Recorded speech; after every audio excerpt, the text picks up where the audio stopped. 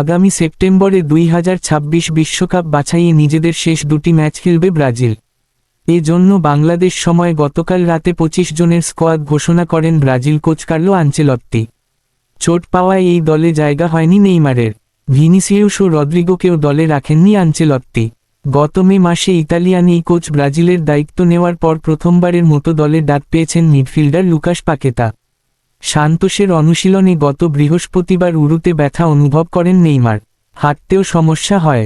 পরীক্ষা নিরীক্ষার পর তার মাংসপেশিতে চোট ধরা পড়ে এবং ব্যাপারটি ব্রাজিল ফুটবল কনফেডারেশনকে জানানো হয় সান্তোসের পক্ষ থেকে।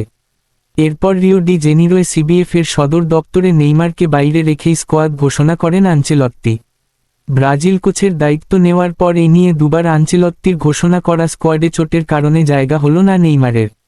ইংল্যান্ডের ফুটবল অ্যাসোসিয়েশন গত জুলাইয়ে পাকেতার ওপর থেকে ম্যাচ পাতানোর অভিযোগ তুলে নেয়। তারপর এই প্রথম আনচেলত্তির ব্রাজিল দলে ডাক পেলেন পাকেতা। 2026 বিশ্বকাপে খেলা আগেই নিশ্চিত করেছে ব্রাজিল। 5ই সেপ্টেম্বর রিও ডি জেনিরোয় ব্রাজিলের প্রতিপক্ষ চিলি। 10ই সেপ্টেম্বর বাছাই পর্বে নিজেদের শেষ ম্যাচে বলিভিয়ার মুখোমুখি হবে আনচেলত্তির দল। গত জুনে বিশ্বকাপ বাছাইয়ে প্যারাগুয়ের বিপক্ষে ম্যাচে দ্বিতীয় হলুদ কার্ড দেখায় চিলির বিপক্ষে ম্যাচে নিষিদ্ধ হন ব্রাজিলের উইঙ্গার ভিনিসিয়াস জুনিয়র।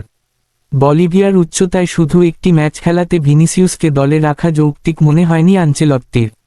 তবে শুধু ভিনিসিয়াসকেই নয়, রিয়াল মাদ্রিদের কোনো খেলোয়াড়কেই দলে রাখেননি তিনি। নেইমার ব্রাজিলের হয়ে সর্বশেষ খেলেছেন 2023 সালের অক্টোবরে। বাছাই পর্বে উরুগুয়ের বিপক্ষে সে ম্যাচে বা হাঁটুর এসিএলে চোট পান। এরপর একাধিকবার চোটের কারণে ফিটনেসের সমস্যায় জাতীয় দলের ডাক পেয়েও নিজেকে প্রত্যাহার করে নেন। আনচেলত্তির এবারের স্কোয়াডে ডাক না পাওয়ায় তার জাতীয় দলের বাইরে থাকার সময়টা প্রায় 2 বছরের কাছাকাছি হয়ে গেল। ধন্যবাদ ভিডিওটা শেষ পর্যন্ত দেখার জন্য।